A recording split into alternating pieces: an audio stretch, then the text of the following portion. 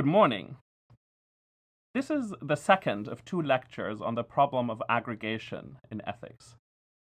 In our daily lives, and even more commonly in conducting public policy, choices sometimes have to be made between helping either one group of people or another. Because our resources of material and time are finite, we often can't help everyone who has a worthy claim on our aid. So this raises a question. What guidance can moral philosophy give us in making these vexing decisions? What general principles should we appeal to in deciding which group to help?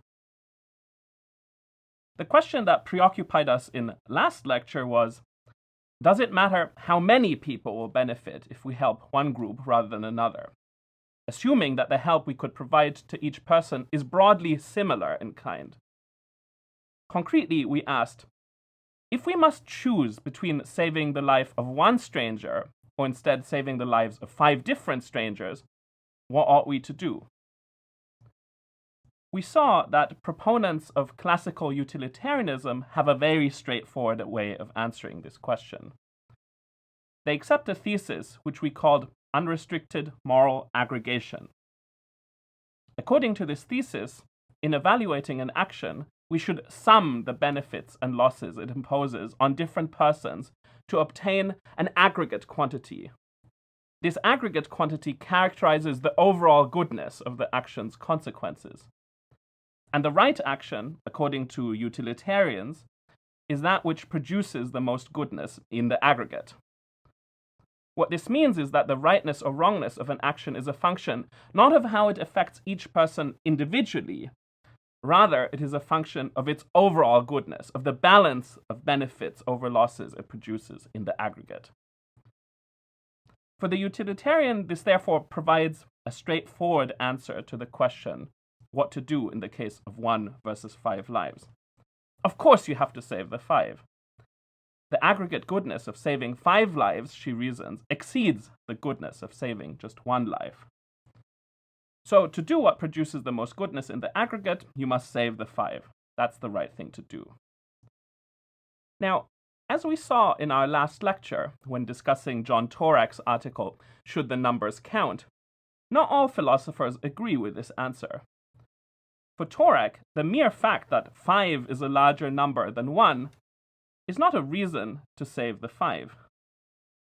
Indeed, we saw, Torak goes further than that. He not only challenges the utilitarian on whether the right thing to do is always to produce the most goodness in the aggregate. He questions whether the utilitarian's notion of aggregate goodness even makes sense. Now, we gave a pretty thorough hearing to Torak's arguments in our last lecture. Some of you may have been persuaded by the case that Torak makes. But I bet that a lot of you, even having read and digested Torak's paper, will continue to hold the view that the right thing to do in a choice between saving 1 life or 5 is to save the greater number. It's just so intuitive that the numbers matter in a case like this. So let's assume for the time being that this is in fact the correct answer. All else equal, we should save the greater number of lives.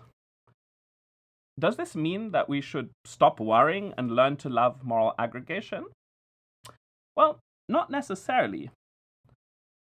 Even if this principle has the intuitively correct implication in the 1 versus 5 lives case, we might worry about its implications in other scenarios. Consider, for example, what unrestricted moral aggregation would imply if taken to its logical conclusion.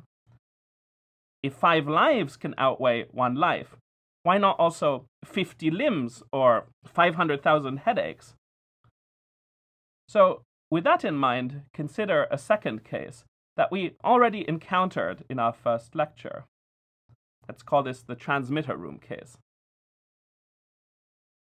Jones has had an accident in a TV broadcasting station that is beaming the World Cup final to 1 billion spectators worldwide. Jones is receiving extremely painful, even life-threatening electrical shocks.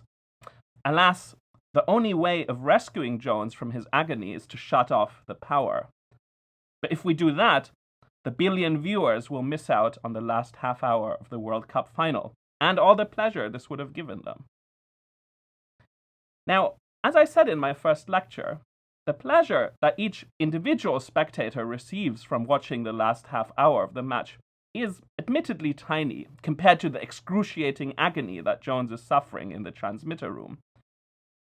But of course, there are so many spectators, each receiving this small amount of pleasure.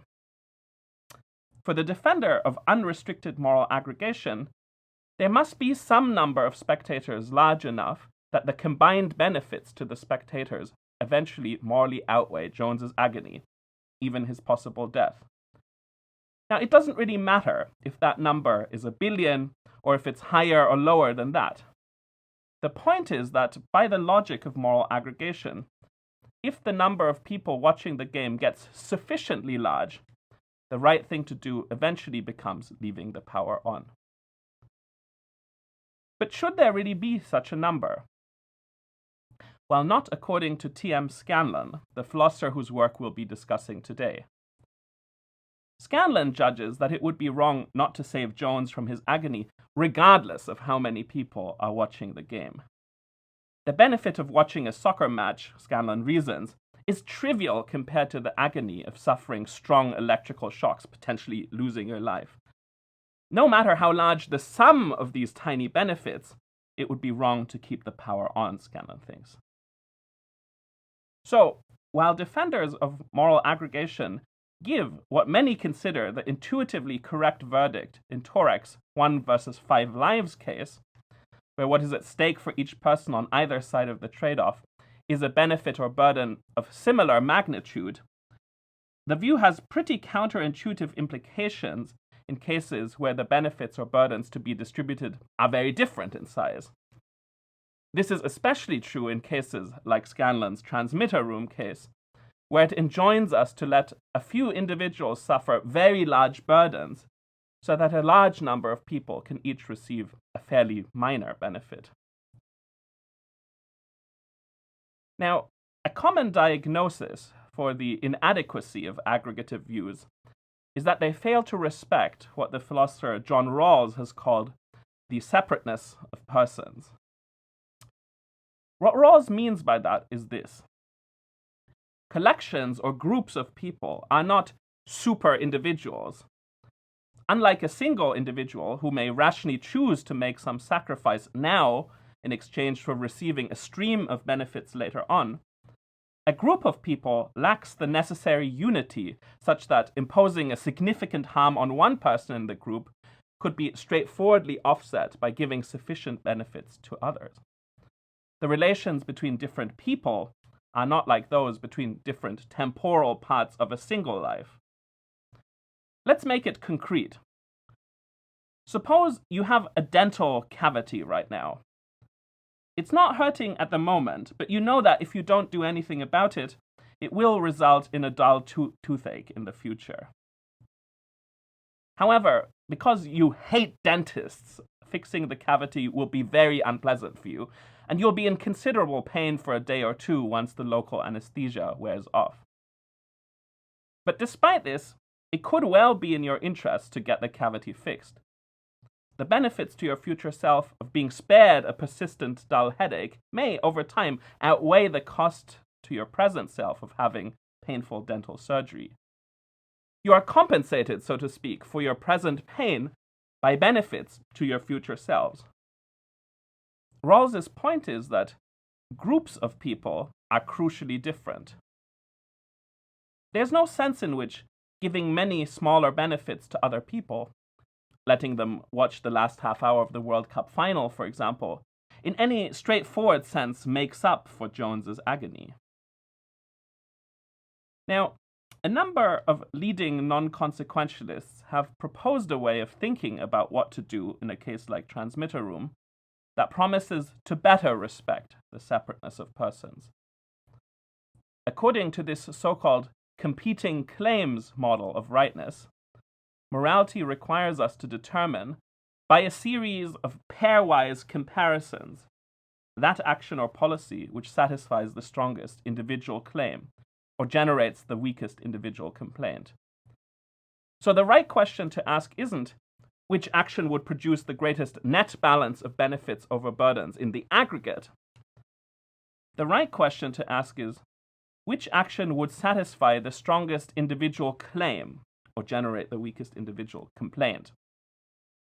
Sports fans amongst you can think of this as a kind of single elimination tournament amongst claims.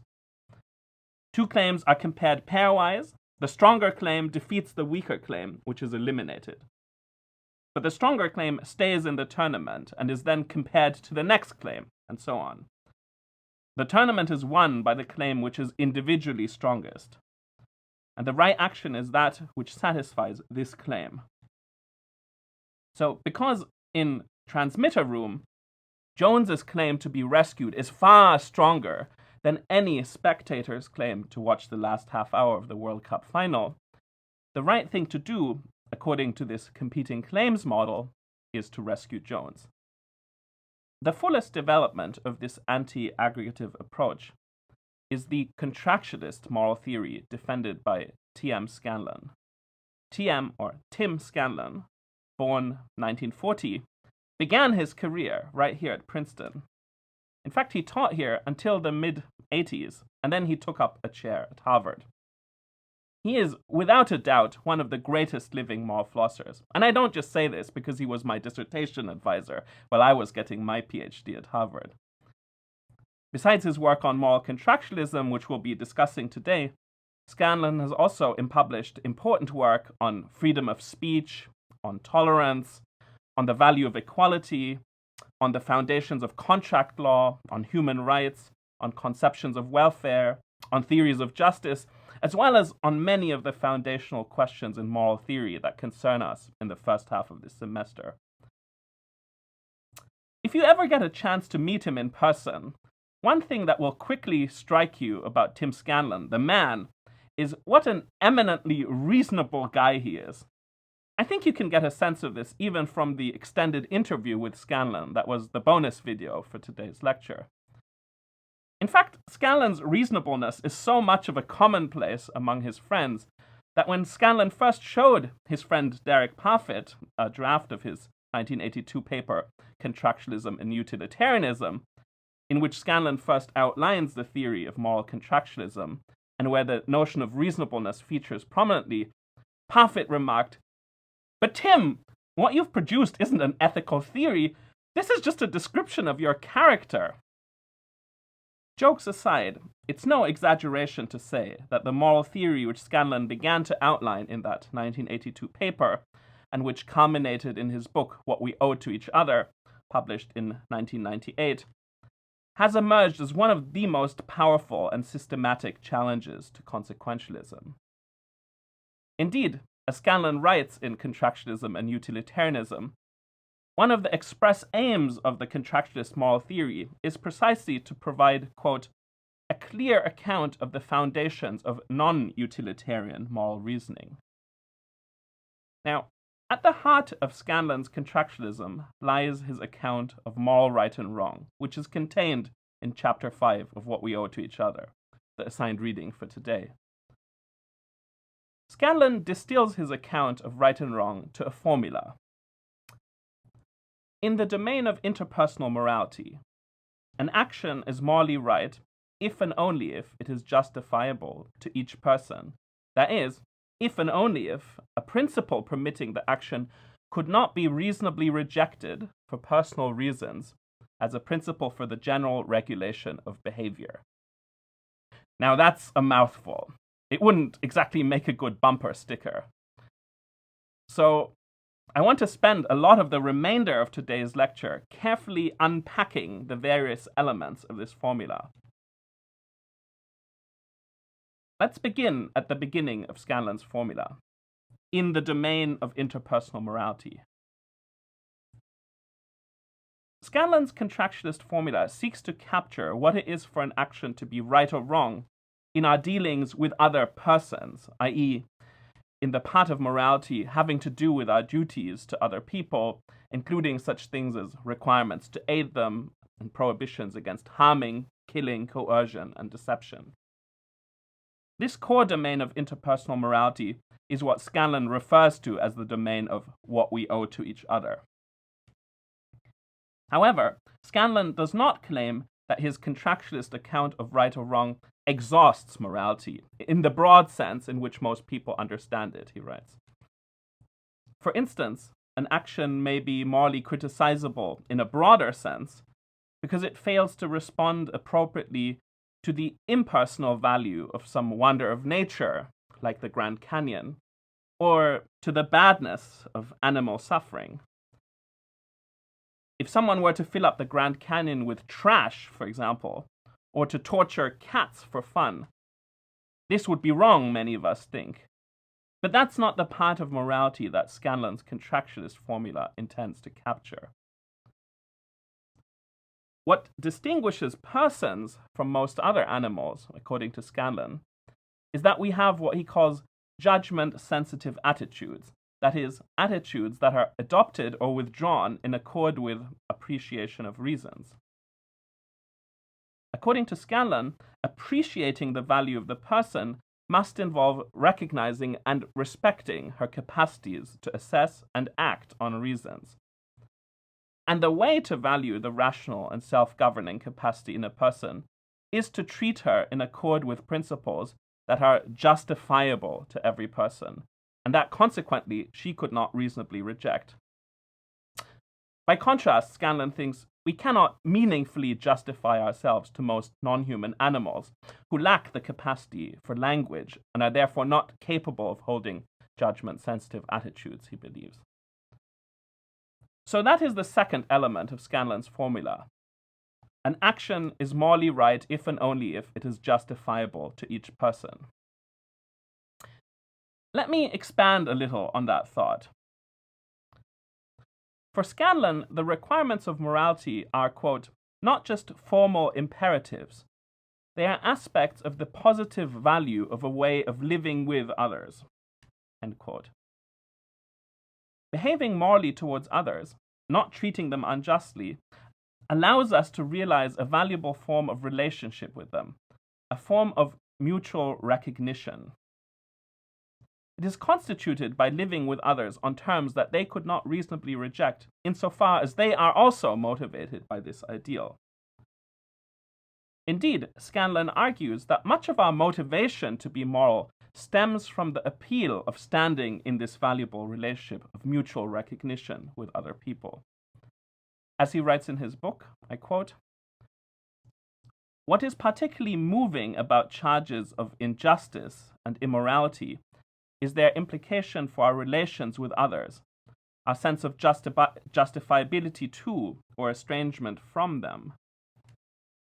When we look carefully at the sense of loss occasioned by charges of injustice and immorality, we see it as reflecting our awareness of the importance of being in unity with our fellow creatures."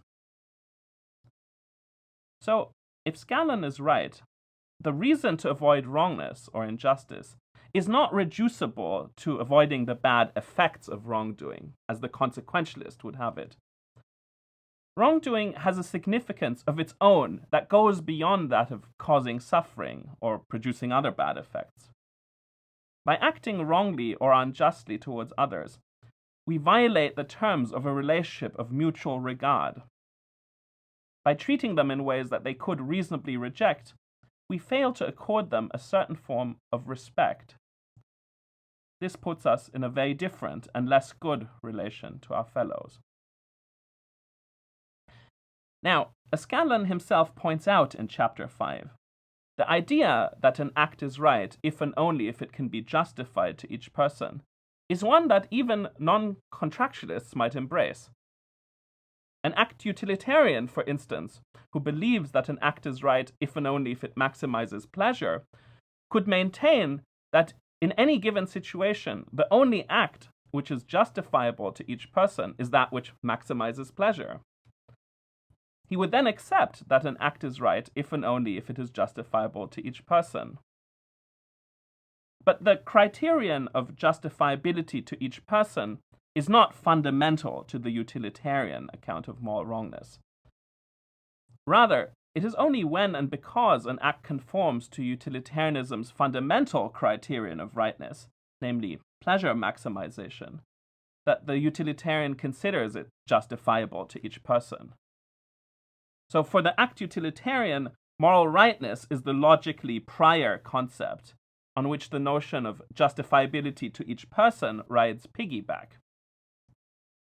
For the contractualist, by contrast, the idea of justifiability to each person plays a fundamental role in his account of moral right and wrong.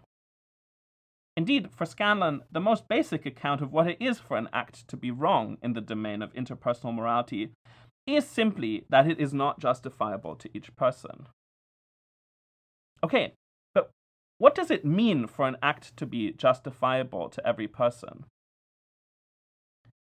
Scanlon's answer to this question is contained in the second half of his formula, and it is here that his theory acquires its distinctly anti-consequentialist character.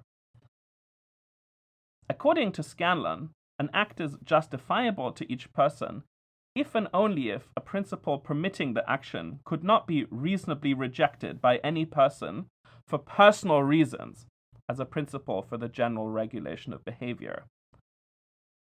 An act is wrong if it would be disallowed by some principle that no one could reasonably reject. Okay, so this is where the idea of reasonableness enters in. Now, reasonable rejection for Scanlon is a partly moral notion. In order for our rejection of a moral principle to count as reasonable, we must give appropriate weight to the moral claims of other people. Now, on what grounds can a principle be reasonably rejected? For an answer to this question, let's look to the next part of Scanlon's formula, for personal reasons. For a principle to be reasonably rejectable, Scanlon writes on page 218, there must be someone who can reject it from a personal standpoint, that is, by appealing to the implications that the principle has for her. Reasonable rejection, in other words, has to proceed by appealing to what Scanlon calls personal reasons, that is, quote, reasons that are tied to the well-being, claims, or status of individuals in a particular position, as he puts it on page 219. For example, a personal reason for rejecting a principle could be the burdens that it imposes on you, either by making you worse off or by causing you to forgo potential benefits. An individual might also reject a principle because it treats her unfairly by, quote, singling others out without justification for a privileged moral status, end quote. Even if such fairness-based reasons for rejecting a principle do not necessarily appeal to a person's well-being, Scanlon maintains they are still personal reasons because, as he writes on page 219, they have to do with the claims and status of individuals in certain positions. On the other hand, there are some things that Scanlon explicitly says cannot be appealed to in rejecting a moral principle. In particular, his formula's exclusive focus on personal reasons for rejection incorporates two crucial restrictions, which in the literature are referred to respectively as the personalist and the individualist restriction. The personalist restriction bars us from rejecting a principle on the grounds that it would lead to an outcome that is impersonally bad, independently of its effects on people. As Scanlon puts it, impersonal values do not provide in themselves reason for rejecting principles of right and wrong. Instead, we must be able to point to some person who could reasonably reject a principle based on its implications for her. Let's make this more concrete. Scanlon thinks that you couldn't reject a principle allowing me to turn the Grand Canyon into a giant open-air waste disposal site on the grounds that doing so would destroy a great wonder of nature of incalculable impersonal value. But on the other hand, the many people who would be deprived by my action of the opportunity to visit this natural marvel, well, these people, they could reasonably reject a principle that allowed me to destroy it on the basis of personal reasons. So that's the personalist restriction. The individualist restriction holds that the reasonable rejection of a moral principle must occur by appealing to the principle's implications only for ourselves or for any other single person.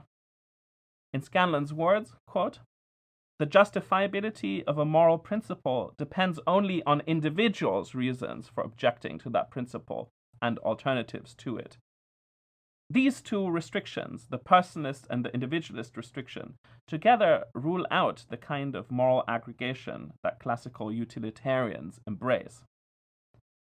Scanlon rejects the thought that the rightness of an action is a function of the overall goodness of its consequences, which is determined by summing its good and bad effects for different individuals. Instead, Scanlon's contractualist formula looks only at the reasons that individual people might have for rejecting a candidate moral principle, based on its effects on them alone as individuals. It does not allow different people to combine or pool their reasons for rejecting a principle. What matters in determining whether a moral principle is justifiable to each person or not is therefore not the sum of different persons' reasons for rejecting the principle, but merely how the strongest individual reason for rejecting this principle compares to the strongest individual reason for rejecting any alternative principle. A principle cannot be reasonably rejected, according to Scanlon, if the strongest objection that any individual can make against it is weaker than the strongest objection that could be made to any relevant alternative principle. As Scanlon writes in Contractualism and Utilitarianism, it would be unreasonable to reject a principle because it imposed a burden on you, when every alternative principle would impose much greater burdens on others. Let's call this Scanlon's greater burden principle. Finally, let's look at the last part of Scanlon's formula, as a principle for the general regulation of behavior. Why do we need this? Well, in deciding whether a given principle could be reasonably rejected, Scanlon thinks, we mustn't look only to how specific individuals would be affected by the actions licensed by the principle in specific circumstances. Rather, we must take a broader and more abstract perspective, which takes into account not only the consequences of particular actions, but also the consequences of general performance of such actions and all the other implications of having agents be licensed to act in the way that the principle allows or requires. For example, as Scanlon writes, our need for privacy is not met simply because, as a matter of fact, other people do not listen in on our phone calls and go through our personal files. In order to have the benefits of privacy, we need to have assurance that this will not happen. And this is something that only the general acceptance of a principle can provide. All right, so much for my brief overview of Scanlon's contractualist ethical theory. Let's now return to the specific issue of interpersonal aggregation. Scanlon thinks that his view can capture our intuitions about the two central cases that have preoccupied us in today's lecture. Torek's basic case, where you can save either 1 or 5 lives, and Scanlon's own transmitter room case. Let's consider them in reverse order. Contractualism gives the intuitively correct verdict about transmitter room, Scanlon thinks. Turning off the power is the only course of action that is justifiable to everyone, since Jones's personal reasons for rejecting a principle that allowed us to continue the transmission are much weightier than any individual's reasons against interrupting the broadcast. Now, the fact that there are a large number of people with personal reasons for not wanting the broadcast to be interrupted, this is deemed morally irrelevant under the individualist restriction. So far, so good. But now you might worry, if Scanlon wishes to exclude all forms of moral aggregation, does this mean that he is committed to John Torek's view in Torek's basic case? Must Scanlon agree with Torek that in a choice between saving the life of a single person and saving the life of a group of persons, there is no moral reason to save the greater number? That would be a troubling result, since many of us, we said, find Torek's views about his basic case deeply counterintuitive. Well, happily, Scanlon thinks he is not committed to this conclusion. he allows that in cases where we must choose between preventing a smaller or a larger number of people from suffering a burden of equivalent magnitude, for example, saving 1 from death or saving 5 from death, the relative numbers can break the tie. His discussion here borrows from Francis Cam's balancing argument, which we discussed in last lecture. But even here, Scanlon thinks, his reasoning remains non-aggregative. In a choice between saving A or saving both B and C, for example, it would be wrong to flip a coin, he thinks. But not because 2 deaths represent a greater total loss. Rather, following Cam, Scanlon argues that a principle which did not allow numbers to break the tie in this case could be reasonably rejected by both B and C for failing to take account of the value of saving their life, since, quote, it permits the agent to decide what to do in the very same way that it would have been permitted had he not been present at all, and there was only one person in each group. So, has Scanlon managed to square the circle? It seems that he has shown us how to simultaneously hold on to and justify 2 judgments that strike many people as strongly intuitive.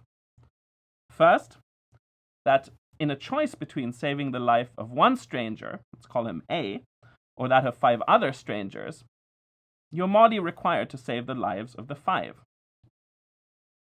But secondly, that faced with a choice between saving the life of 1 stranger, A, or preventing any number of other strangers from suffering a much more minor burden, such as mild frustration or a minor headache, you're morally required to save A's life. By contrast, both Torek and the utilitarian can each endorse no more than one of these intuitive claims. Torek would endorse the latter and reject the former, whereas classical utilitarians endorse the former but are committed to rejecting the latter. So, has Scanlon cracked the problem of aggregation in ethics? Alas, I think there is still a problem lurking. It is one thing to say that the numbers don't matter when it's a case of one person's life versus many people's minor headaches or mild frustrations, as in Scanlon's transmitter room case.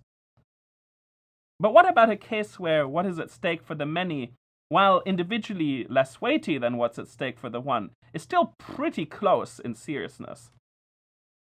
So to make this vivid, suppose you could save 1 from death or 1,000 others from becoming paralyzed. Let's imagine full body paralysis. What's the right thing to do? Is it plausible that there could be no number of people whom you should spare from paralysis instead of saving a single person's life? Scanlon admits that that seems too extreme.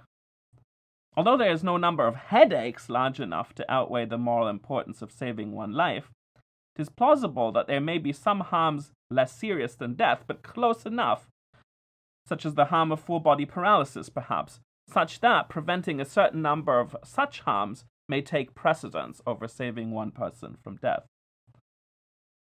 However, given the individualist restriction and the greater burden principle, it's unclear whether Scanlon's view has the space to accommodate this moral judgment.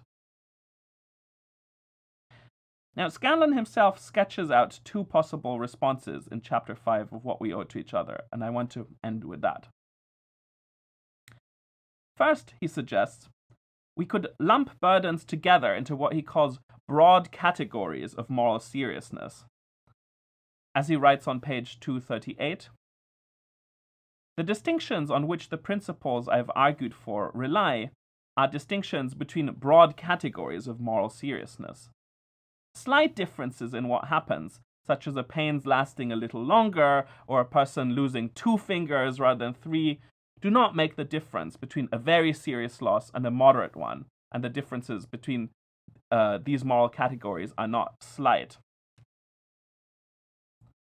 What Scanlon is suggesting is that when the unequal harms are close enough in moral seriousness, when they belong in the same broad category, we can apply the tie-break argument already discussed. Now, whatever the merits of this argument, however, it seems that it had better not apply to a choice between two harms as different as life and paralysis, lest it generate counterintuitive implications. To see this, consider a choice between saving 999 people from death or 1,000 people from becoming paralyzed. Clearly, the thing to do here is not to save the 1,000 from paralysis, even if this satisfies the greater number of relevant claims. So it's unclear, I think, how much this first proposal will help us decide how to trade off the prevention of paralysis and the prevention of death. Let us look at Scanlon's second tentative proposal. On page 239, he writes, "It might be claimed that if the less serious harms are nonetheless morally relevant to the more serious ones, this means that a principle requiring, or perhaps even permitting one always to prevent the more serious harms in such a case, could reasonably be rejected from the point of view of someone in the other group, on the ground that it did not give proper consideration to his admittedly less serious, but still morally relevant loss. One might then argue that such an individual's claim to have his or her harm taken into account can be met only by a principle that is sensitive to the numbers of people involved on each side. I am not certain how such an argument would go, but it does not seem to me to be excluded in advance by the general idea of contractualism." End quote. So Scanlon here is really disarmingly upfront that he hasn't fully worked out the details of this second idea. But I think in its rough contours, it amounts to the following proposal. The numbers count, and not just to break ties when people's individual claims are equivalent in strength, but also when people's claims are close enough in strength to be morally relevant to one another. For example, should I save A from death or save 1,000 others from paralysis? Perhaps I ought to do the latter, since the individual burden of paralysis is close enough to the burden of death that the numbers can count, and the claims of 1,000 people to be spared from paralysis together outweigh the claim of one person to be spared from death. By contrast, consider a choice between saving A from death or saving 1 billion people from a minor headache. Here, I must do the former, because the individual burden of a headache is too small compared to the burden of death to be morally relevant in this context. So here, the numbers don't count. Is this a promising general strategy, do you think? Or are there pitfalls? I propose that we take up this question in our town hall next Thursday. I look forward to our discussion.